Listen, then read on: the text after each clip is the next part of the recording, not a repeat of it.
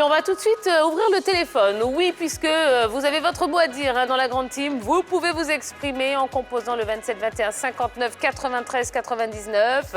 N'oubliez pas l'indicatif 00 225 si vous êtes en dehors, si vous êtes au Cameroun, pourquoi pas, et que vous avez envie de vous exprimer. Eh bien, n'hésitez pas, donc 00 225 27 21 59 93 99. Qu'avez-vous pensé de la prestation des éléphants? Eh bien, on en parle ensemble. Alors, messieurs, bon, on s'est parlé lors de la première mi-temps. Bon, on avait vu qu'il y avait quand même pas mal de belles choses, même si, je veux dire, les actions étaient quand même stériles. Sur l'ensemble du match, qu'est-ce que vous avez pensé de la prestation de nos éléphants? Enfin, je veux dire, sur la seconde période, on a vu une équipe des éléphants qui a essayé face à cette équipe camerounaise. J'ai pu remarquer beaucoup de combativité de la part des garçons qui avaient une envie de revenir au score. Ils ont tout donné, même si c'est vrai avec quelques limites, quelques regrets dont on parlerait évidemment. Mais bon, on va retenir que les éléphants sont tombés, pas forcément face à une superbe équipe du Cameroun, pas du tout. Cette équipe camerounaise n'était pas du tout impressionnante. Ce n'était pas vraiment la grosse machine camerounaise qu'on a connue. Et donc, on peut avoir des regrets dans ce sens-là parce qu'il y avait un coup à jouer. Si cette équipe ivoirienne avait joué avec beaucoup plus de confiance au départ, avait très tôt joué ce match-là en ayant envie de le gagner, si très tôt l'entraîneur avait peut-être mis en place un système beaucoup plus offensif, si très tôt nos gros leaders s'étaient réveillés pour porter véritablement cette équipe ivoirienne, on aurait peut-être obtenu un autre résultat. On a perdu 1-0, on a essayé, bon, il y a beaucoup de déceptions, mais bon, c'est ça aussi les éliminatoires. On est tombé au Cameroun, face au Cameroun, qui reste le Cameroun. Bon, c'est à nous maintenant de tirer les leçons et de préparer les échéances à venir, parce qu'il y a encore de grandes échéances qui nous attendent avec cette génération. Alors, qu'est-ce que vous avez pensé du coaching de Patrice Baumel? Cholio. Écoutez, moi je pense que ça n'a pas été un coaching gagnant. Sur ce match, dans ce choix, il s'est loupé, il faut le dire tout net. Il s'est loupé, même avec la composition de 11 de départ. Ensuite, les remplacements qui ont été effectués n'ont quasiment rien apporté à cette équipe. Et l'équipe, pour moi, a manqué de folie, de rythme, de percussion. Parce que dans ce genre de match, en face, il y avait une équipe de Cameroun qui était prenable, qui n'est pas joueuse, qui a beaucoup de limites. On n'a pas su emballer le match. Et puis, on n'a pas su emballer le match. Et puis, on n'a pas joué sur notre force. Vous voyez, quand vous avez un garçon comme Allaire, combien de ballons Allaire a eu? Vous avez un chasseur de but de cette trempe. Mais rarement, on a vu Allaire avoir des occasions nettes de but. Il n'a pas été servi. Vous ne pouvez pas avoir un tel joueur et puis ne pas l'alimenter en ballon. C'est incroyable. Moi, honnêtement, ce que j'ai vu ce soir, c'est vraiment déplorable. Et puis, on l'a souvent dit ici. Vous voyez, quand on dit souvent aux gens le contenu du jeu, il faut bien jouer pour gagner. Mais quand on se contente du peu, pour battre le Malawi, Mozambique, aujourd'hui, face à un gros, dans un match important, voilà, aujourd'hui, on voit, c'est les limites d'une équipe. Au niveau du coaching de l'entraîneur, il a raté son rendez-vous. Les joueurs, certains joueurs n'ont pas été à la hauteur. Moi, je pense que franchement, c'est la déception. Mais alors, qu'est-ce qu'il aurait dû faire? Qu'est-ce qu'il aurait dû faire, Cholio? Restons avec vous. Moi, je pense qu'il aurait dû jouer avec le trio qui a joué le match contre le Mozambique. Le Mozambique. Un garçon comme Cornet, qui est dans une forme optimale, il fallait le placer plus haut, pas en défense. Il a perdu ses repères défensifs. On l'a vu, il allait beaucoup apporter à Alain. Et sur le côté, quand tu vois un gars comme Crespo, c'est vrai, il a beaucoup de qualités, mais il manque de rythme. On l'a vu sur le match. Il manque de rythme. Je pense qu'il pourrait rentrer dans les 15 dernières minutes, mettre peut-être un peu de souk, de folie, mais ce n'est pas été le cas. Je pense qu'au niveau d'abord du choix des joueurs, donc le trio, c'était Cornet, Gradel, Haller. Haller, pour moi, franchement. Et puis après, les remplacements, la sortie de Kosonou, moi, franchement, je me suis posé des questions. Et puis les choix qui ont été faits, les remplacements qui ont été faits n'ont pas répondu, on n'a rien vu. D'accord. Alors justement, les changements qu'il a effectués, Patrice Baumel, ce n'étaient pas les bons pour vous? Vous auriez fait différemment? Différemment, je ne dirais pas oui nécessairement. Mais je pourrais commencer le match comme Choix le demandé l'a si bien signifié. Parce que moi, ce qui me désole un peu, c'est son inconstance dans les choix qu'il fait. Parce que des garçons qui font montre d'un savoir-faire auquel nous nous attendons généralement par rapport à leurs prestations dans leur club, face au Malawi en Afrique du Sud, l'axe a été excellent. C'est Sinali et Kosonou. Ce même axe-là a été excellent encore face au Mozambique. On arrive aujourd'hui, je l'avais souligné devant Roger Stéphane, c'est sûr qu'il va me changer ce axe-là.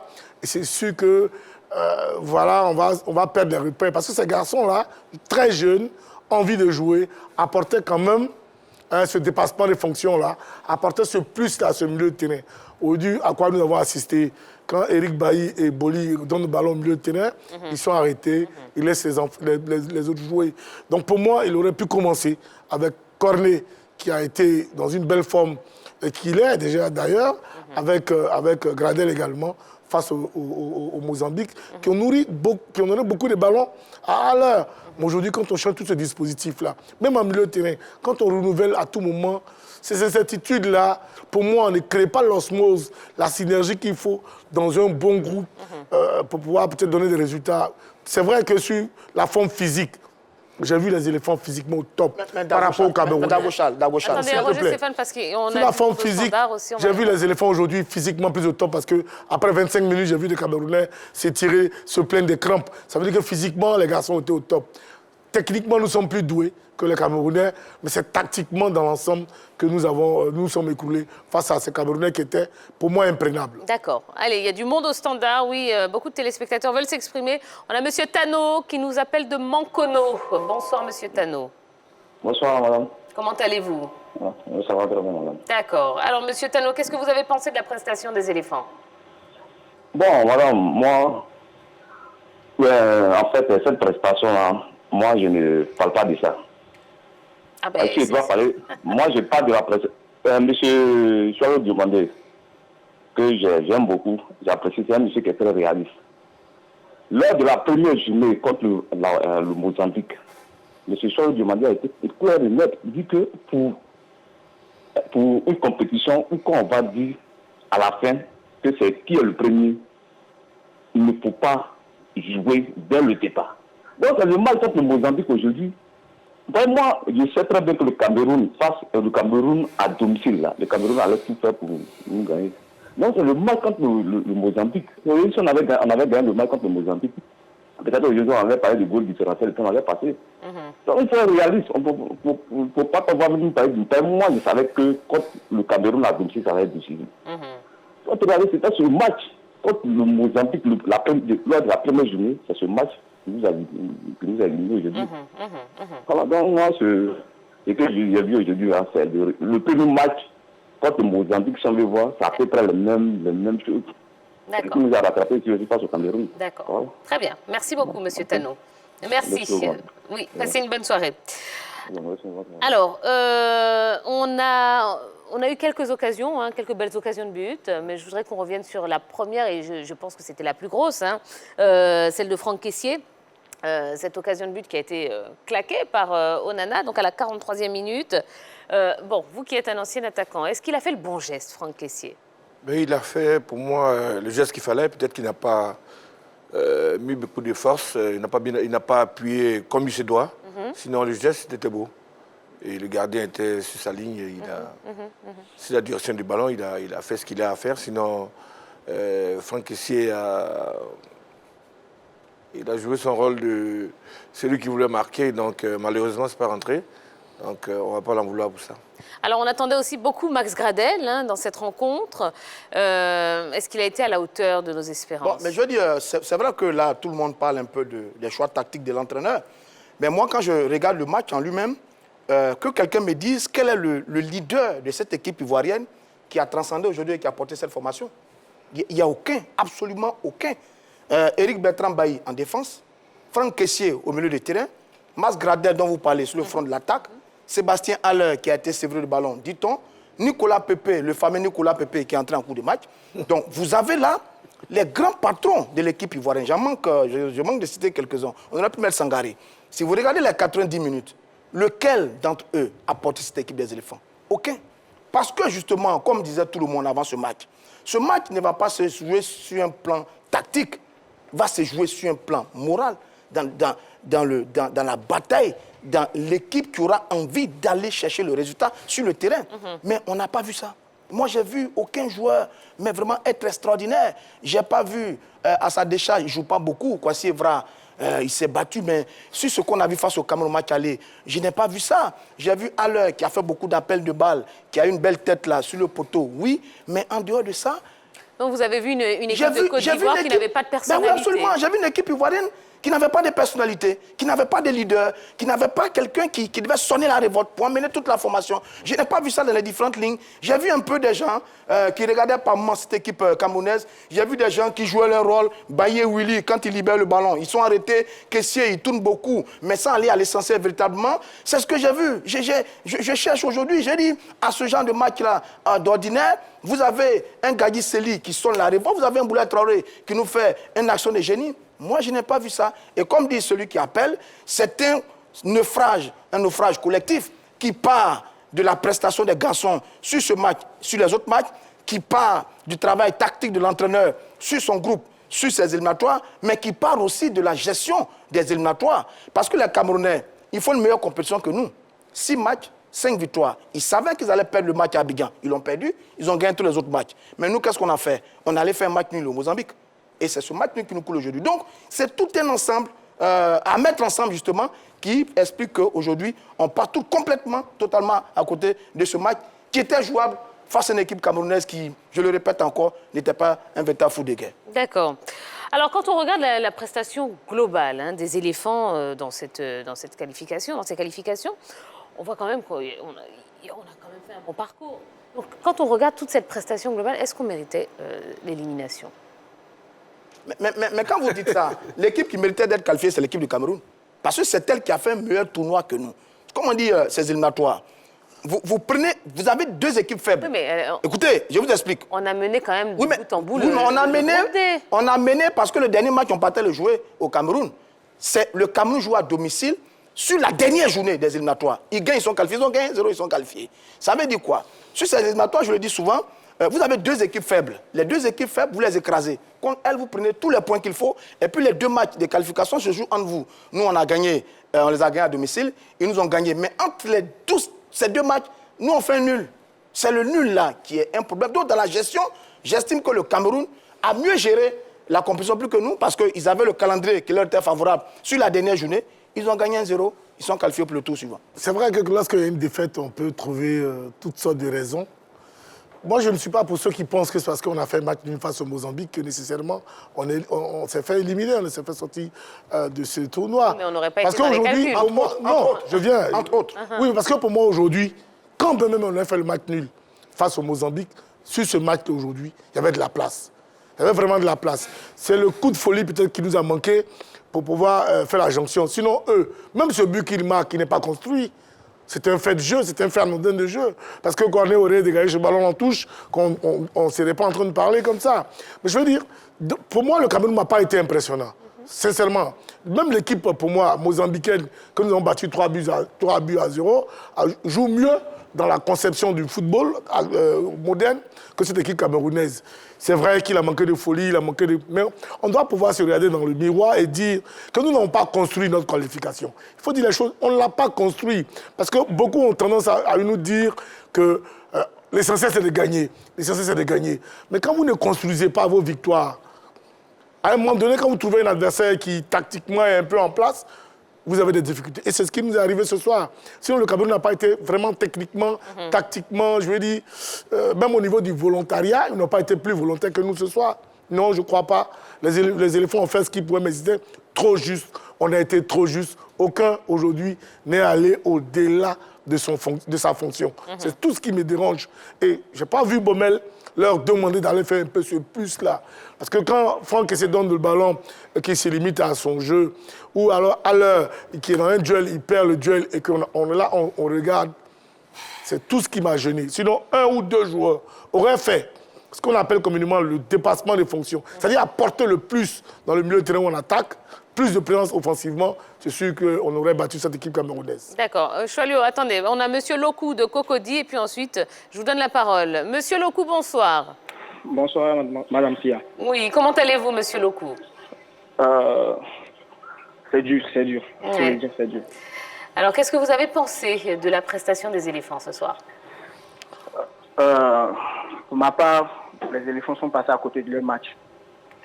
Ils sont carrément passés à côté de leur match et cela révèle déjà du classement que l'entraîneur a eu à mettre en place. Il va sans dire que nous avons fait une bonne prestation ici à Abidjan avec ce système de jeu, le 3-4-3.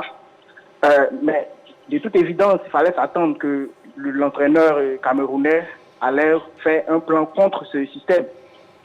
M. Baumel devrait nécessairement créer la surprise. Avec les joueurs qu'il a, moi je dis, il pourrait procéder avec un 4-3-3 pour nous faciliter la tâche. Il nous met un Willy Boli qui revient carrément de blessure. Il n'est pas à 100% de sa forme. J'aurais préféré qu'il fasse confiance à des jeunes comme Kosonou pour épauler Eric Bailly. On aurait mieux géré ce match en densifiant le milieu à 3, avec un Sangaré, un Série ou même un Kessier. On a tellement d'éléments, je ne comprends pas pourquoi il a voulu faire du copier-coller du match pressé à Ebempe. Et voici ce qui nous a coulé. Et derrière, le mental n'y est pas. Les joueurs sont passés carrément à côté. On a vu, le Cameroun ne jouait plus, mais derrière, on ne proposait rien d'autre. Nous nous avons endormis et là, c'est vraiment dommage qu'on sorte par la petite porte. Ça fait deux phases finales du mondial que nous ratons. Franchement, c'est difficile à accepter, c'est difficile à avaler. D'accord. J'en ai fini. Merci beaucoup, Monsieur Lokou. Merci. Alors, Choilio, vous aviez envie, je vois, depuis tout à l'heure, vous êtes en train de bouillir. Vous n'êtes pas du tout d'accord avec ce que certains ont dit sur le plateau, donc concernant la gestion de la compétition des éléphants. Non, ce que je voulais dire, c'est que c'est vrai qu'on a obtenu le nul lors de la première journée face au Mozambique, 0-0. Mais après, tout le long de la compétition, on gagne nos matchs. Et avant cette journée d'aujourd'hui, on arrive en leader à Douala. On est en tête de notre poule, à 1 point du Cameroun. Donc, je pense qu'on avait déjà fini de gérer ce nul-là. On arrive en leader. Mais il fallait bien gérer ce match-là. Il y avait soit le nul, soit une victoire. Mais là, nous sommes passés complètement à côté. Parce que quand tu regardes le match, moi, je vois qu'il n'y a pas eu, on n'a pas mis de la folie. Il n'y a pas eu de la percussion, il n'y a pas eu, on n'est pas allé les chercher réellement.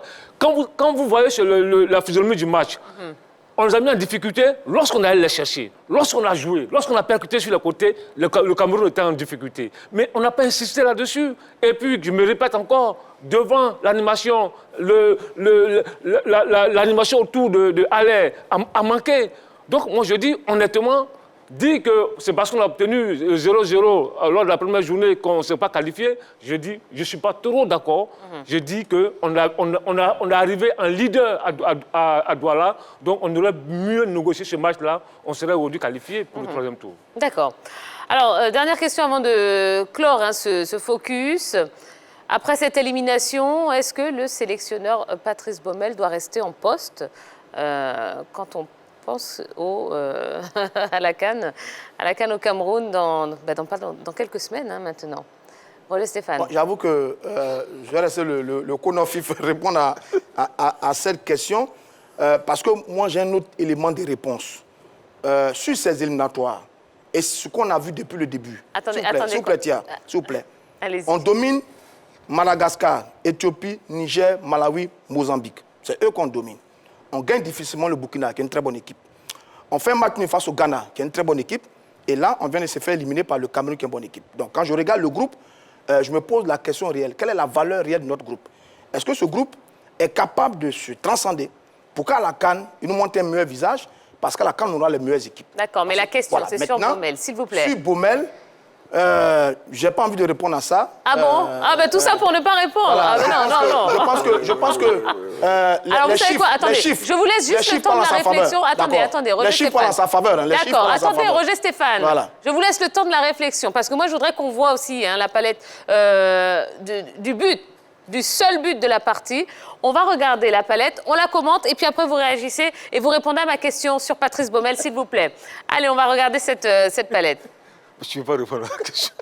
Allez, qui se lance pour commenter? Roger Stéphane. Alors, donc, le ballon perdu là, sur le côté gauche de la défense par Maxwell Koné, la remise en place sur phase de réparation. Là, on a 3 attaquants camerounais face à 5 défenseurs ivoiriens. L'alignement là est un peu en retard. C'est Kessié qui est obligé de faire l'effort avec le point rouge, de faire l'effort pour revenir dans la course de Toko et Kambi. Malheureusement, il n'arrivera pas à temps. Toko va ouvrir son pied et puis placer un intérieur limpide, plein de canne, qui s'en va donc battre notre Boho Sylvain. On voit là qu'il est tout seul. Au milieu de 3 défenseurs, il réussit à placer son pied, à placer son ballon pour ouvrir le score. Il y a un mauvais alignement des 3 défenseurs centraux, justement, qui étaient en retard. Toko et Kambi a eu de la vitesse, il a eu de la clarté. Kessié a fait l'effort. Malheureusement, Franck Kessié n'est pas arrivé à temps. Le but camerounais est là et nous sommes éliminés. D'accord. Allez, commentaire sur cette action. Oui, moi je dirais que l'alignement était bien. Question alignement, il y a un très bon alignement. Maintenant, une surface de réparation, comme c'est le cas lorsqu'on donne un ballon à un adversaire dans la surface de réparation, il n'est plus question d'alignement. Il est question d'être plus proche de l'attaquant afin de l'empêcher de réaliser son geste. Et vous regardez bien sur l'action, on voit Eric Bailly, tout seul qui n'est pas au marquage, qui oblige Kessié à venir être au marquage. Eric Bailly aurait pu sortir tout de suite, serait sorti tout de suite sur Koto, que bon voilà, je suis sûr qu'il n'aurait pas eu... Toko pardon, Kambi. Voilà, qu'il n'aurait pas eu le temps de placer ce coup de pied-là. D'accord. Voilà. Cholio. Écoutez, moi, sur l'action, tu vois, on est en surnombre sur cette phase de jeu. Nous sommes à 5 Ivoiriens contre 3 Camerounais. Mais lorsque Toko récupère le ballon, sa prise de balle, la défense ivoirienne n'est pas montée pour l'empêcher d'ajuster son tir. Et moi, je pense que là, c'est problématique. Dans cette zone, qui est une zone très, très, très limite, il fallait l'empêcher d'ajuster son tir. Et quand tu vois le mettre entre Toko et le défenseur ivoirien, je pense que là, il y a problématique. Puis là, le gardien Boho était vraiment a été battu sur cette frappe pleine du cadre. D'accord. Allez, je reviens à ma question. Donc, après cette élimination de la Côte d'Ivoire, est-ce que Patrice Baumel doit rester en poste? Vous avez réfléchi? Vous avez besoin encore un peu de temps? Ok, on passe de l'autre côté. En fait, moi, je ne veux pas être l'avocat du coach Baumel. Je crois qu'il a commencé un travail. Je souhaiterais qu'on lui laisse le temps jusqu'à la CAN. Former un bon groupe, parce que ce soir on perd, mais on n'a pas été ridicule. Hein. Le Cameroun n'a pas été meilleur que nous. En même temps, quand on a un effectif, qu'il y a certains qui ne veulent pas venir en sélection, pour soi-disant se concentrer sur d'autres projets, on a des jeunes qui ont besoin de monter et montrer un autre visage par rapport à l'effectif qu'on peut avoir pendant la CAN. Donc il doit rester en poste pour vous? Il doit juste rester encore pour continuer le boulot qu'il a commencé. D'accord. Charles Dago. Moi, quand je vois la gestion de son groupe depuis qu'il est en poste, c'est vrai que le résultat parle pour lui. Mais je ne sens pas une équipe de Côte d'Ivoire monter en puissance. Je l'ai vu très bien jouer, être égal à elle-même face au Mozambique, au Bénin, mais sans toutefois donner un coup d'accélérateur ou de la puissance dans le jeu. Et je crois que si Baumel reste, on ne franchira pas un autre cap. On restera, on va stagner. On pourra, si on tombe sur des adversaires du calibre des autres, enfin Mozambique et autres, on continuera toujours de les gagner. Mais quand on tombera chaque fois sur un calibre beaucoup de notre niveau, je parle du Sénégal, je parle de l'Algérie, je parle du Cameroun, de l'Égypte, du Nigeria, du Ghana. Non, je ne crois pas qu'on puisse franchir un cap avec Patrick Baumel. Voilà, pour moi, il serait intéressant de voir un entraîneur qui nous permettra, avec les joueurs dont nous disposons, de franchir un cap, de franchir notre palier. D'accord. Cholio. Écoutez, nous sommes à quelques mois, quelques semaines de la Coupe d'Afrique des Nations. Il serait vraiment hasardeux de changer d'entraîneur à cette période-là. Mais je dis, c'est vrai qu'on reproche beaucoup de choses à Patrice Baumel. C'est vrai que quand tu regardes le contenu de ces matchs, c'est problématique. Quand tu regardes souvent ses choix sont problématiques. C'est à lui maintenant de travailler, de régler son problème au niveau du choix de ses joueurs, du contenu de ces matchs. Parce qu'un entraîneur aussi, il est jugé par sa capacité à asseoir une identité de jeu. C'est pas sinon, tout le monde peut être entraîneur. Je viens, je choisis des joueurs, mais ta capacité à soi une identité de jeu, à soi un projet de jeu. C'est cela. Il ne suffit pas de la Côte d'Ivoire aujourd'hui, le statut de la Côte d'Ivoire, c'est pas battre le Malawi, c'est pas battre le Niger, c'est éliminer le Cameroun à Douala, c'est aller battre l'Algérie, c'est aller battre le Sénégal, battre le gros. On a un statut à défendre. Et là, je me dis que Baumel doit pouvoir progresser à ce niveau-là. Parce qu'il faut qu'il nous propose autre chose. La Coupe d'Afrique, c'est fini. La Coupe d'Afrique, en janvier prochain, c'est le rendez-vous des grandes nations. Donc, il faut une bonne équipe des éléphants de Côte d'Ivoire pour qu'on puisse... parce qu'on ne va pas faire la figuration de la Coupe d'Afrique des Nations. Voilà. D'accord. Je disais que allez, rapidement, Stéphane. les chiffres parlent pour lui quand même. Il est éliminé sur un match, une défaite face au Cameroun. Sinon, on serait allé au prochain tour. Il nous a déjà qualifié pour la CAN. Mais quand même, à sa décharge, regardez un peu son groupe et ses joueurs à un certain moment. À aucun moment, il n'a eu tout son groupe en forme au même moment. À aucun moment. Beau Sylvain, Aurier, Bailly, Willy, Evra.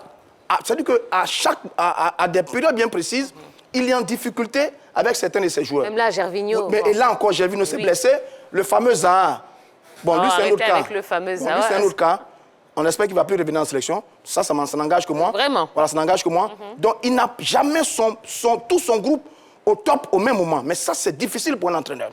Il est arrivé en mars l'année dernière. Il a opéré un travail. Il a fait des belles choses avec les retours de Gervinho, etc., etc. Il est en train de faire une belle combinaison d'anciens et de jeunes très prometteurs. Bon, comme dit Aboulaye Traoré, laissons-lui encore un peu de chance et souhaitons qu'avant la CAN, tous ces joueurs soient au top. D'accord. Allez, on reviendra de toute façon dans les prochaines éditions de la Grande Team sur l'élimination de la Côte d'Ivoire pour ce mondial 2022. On aura l'occasion d'en reparler encore et encore. Ne vous inquiétez pas et vous pourrez vous exprimer. Il n'y a pas de souci.